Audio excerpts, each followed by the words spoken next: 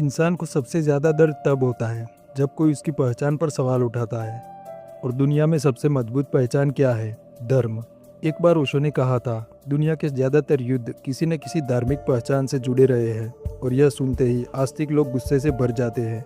लेकिन ओशो यह पूर्ण रूप से सही नहीं थे और न ही पूर्ण रूप से गलत। अब यह सुनकर ओशो के भक्त नाराज हो जाएंगे, लेकिन पूर्ण सत्य यदि जानना है तो वीडियो को पूरा देखें। गुस्सा अक्सर सच का दुश्मन होता है। साइकोलॉजी कहती है, when belief becomes identity logic becomes the enemy. मतलब कि जब विश्वास पहचान बन जाता है तो तर्क दुश्मन बन जाता है। जैसे अगर कोई मुस्लिम कहे कि अल्लाह ने पृथ्वी और चंद्र को रहने के लायक बनाया है, तो एक हिंदू का दिमाग तुरंत वैज्ञानिक दृष्टिकोण से तर्क करता है। वही अगर कोई हिंदू कहे कि हनुमान जी ने सूर्य को निगल लिया था, तो वह मुस्लिम भी वैज्ञानिक दृष्टिकोण से तर्क देता है। लेकिन ये दोनों ही अपने अपने ईश्वर के प्रति श्रद्धा और विश्वास से बंधे हैं, तो अपने ईश्वर के सामने वो कभी वैज्ञानिक दृष्टिकोण से नहीं सोचेंगे। ग्रंथ में लिखा है तो सही होगा, बस विश्वास से पूरा तर्क मिट जाता है। हिंदू कभी ये नहीं सोचता कि अल्लाह ही ईश्वर है, और न ही मुस्लिम ये सोचेगा कि ईश्वर ही अल्लाह है। अगर आपको लगता है कि ये सिर्फ हिंदू मुस्लिम के बीच की समस्या है, तो यहाँ आप गलत हो। मैं आपको उदाहरण देता हूँ। इतिहास के पन्ने खोलो। क्रूसेड वॉर, जहाँ एक तरफ थे कैथोलिक ईसाई और दूसरी तरफ थे मध्य पूर्व के मुस्लिम शासक। ईसाई सैनिकों को पोप द्वारा समर्थन मिला था और उन्हें कहा गया क्रूसेडर्स, और उनका काम था यरूशलेम और पवित्र भूमि को मुस्लिम शासकों से वापस लेना। जहाँ दोनों सेनाएं लड़ रही थी, दोनों प्रार्थना कर रही थी, दोनों को यकीन था कि God is on our side. और मजे की बात यह थी, दोनों गलत नहीं थे, क्योंकि भगवान शायद किसी के साथ था ही नहीं। फिर आया 30 ईयर्स वॉर, जहाँ धर्म के नाम पर पूरा यूरोप जल उठा, लाखों लोग मरे। लेकिन असली कारण धर्म था या सत्ता? अगर आपको लगता है कि यह सब पुरानी बातें हैं, तो याद करो पार्टीशन ऑफ इंडिया। एक रात में पड़ोसी दुश्मन बन गए, दोस्तों ने दोस्तों को काट दिया। क्यों? क्योंकि अचानक लोग इंसान नहीं रहे, वे बन गए हिंदू या मुस्लिम। यहाँ एक बहुत खतरनाक साइकोलॉजिकल ट्रूथ है। Human beings don't kill for truth, they kill for identity. इंसान सच के लिए नहीं मारता, वह अपनी पहचान के लिए मारता है। किसी ने कहा है, religion is the most powerful psychological weapon ever created.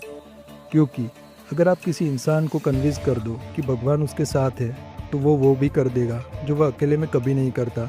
Psychology में एक कंसेप्ट है, मोरल लाइसेंसिंग। जब इंसान को लगता है कि वह पवित्र धार्मिक काम कर रहा है, तो वह बड़े से बड़ा पाप भी बिना गिल्ट के कर सकता है। यही कारण है कि इतिहास में कई हत्यारे खुद को अपराधी नहीं समझते, वे खुद को धर्म का सैनिक ही समझते हैं। एक बहुत डरावनी लाइन है, the most dangerous person is not the evil man but the man who believes God supports his evil. क्योंकि जब इंसान को लगता है कि भगवान उसकी तरफ है, तो उसके अंदर का डर खत्म हो जाता है, और जब डर खत्म हो जाता है तो हिंसा आसान हो जाती है। लेकिन यहाँ एक और गहरी सच्चाई है, रिलीजन रियली स्टार्ट वॉर्स, लेकिन religion is the easiest fuel for war.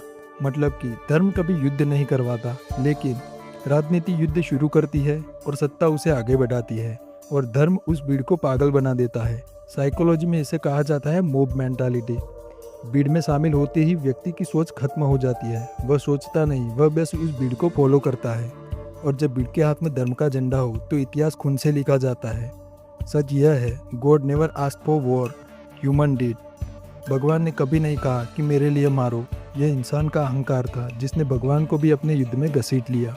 और शायद इसीलिए इतिहास की सबसे खतरनाक लाइन यह नहीं थी कि हम सही है, लेकिन सबसे खतरनाक लाइन यह थी, ओनली वी आर राइट। यही से नफरत जन्म लेती है, यही से युद्ध शुरू होते हैं। लेकिन मेरा एक आखिरी सवाल, अगर भगवान सर्वशक्तिमान है, तो उसे बचाने के लिए या उसको फॉलोअर बढ़ाने के लिए तुम्हारी तलवार की ज़रूरत क्यों पड़ती है?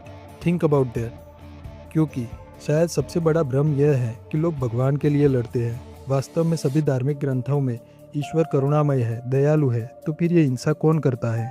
असल में लोग अपने अहंकार के लिए लड़ते हैं। यहाँ तक ओशो का कथन सही था, लेकिन यदि धर्म खतरनाक है, तो क्या नास्तिक विचारधारा सुरक्षित है? शायद नहीं, क्योंकि इतिहास का एक और अंधेरा हिस्सा भी है, जब सत्ता ने धर्म को नहीं बल्कि नास्तिक विचारधारा को हथियार बना लिया। 20वीं सदी में कुछ ऐसे शासन आए जिन्होंने कहा रिलीजन इज पॉइजन, और फिर उन्होंने धर्म को खत्म करने के नाम पर लाखों लोगों को मरवा दिया। उदाहरण के लिए जोसेफ स्टेलिन, सोवियत संघ में हजारों चर्च और धार्मिक संस्थाएं बंद कर दी गई, धर्म मानने वाले लोगों को कैद और मौत दी गई। फिर आए माओ जेडोंग और शुरू हुआ कल्चरल रिवॉल्यूशन, जहां मंदिर, मठ और धार्मिक परंपराएं तोड़ दी गई, लाखों लोग मारे गए। और फिर पोल पोट, जिसने कंबोडियन जेनोसाइड में लगभग 17 लाख लोगों को मरवा दिया। उसका एक सपना था कि एक पूरा समाज हो जो पूर्ण रूप से नास्तिक हो। तो असली समस्या धर्म और नास्तिकता नहीं है। The real danger is not religion, the real danger is blind ideology. जब कोई भी विचार इतना पवित्र बना दिया जाए कि उसे सवाल नहीं किया जा सके, वहीं से हिंसा शुरू होती है। अंधकार में छुपे इस सत्य को देखने की हिम्मत बहुत कम लोगों में होती है। मैं हूँ विरात्र और यह है डार्क धर्मा, जहाँ सवाल पूछना पाप नहीं।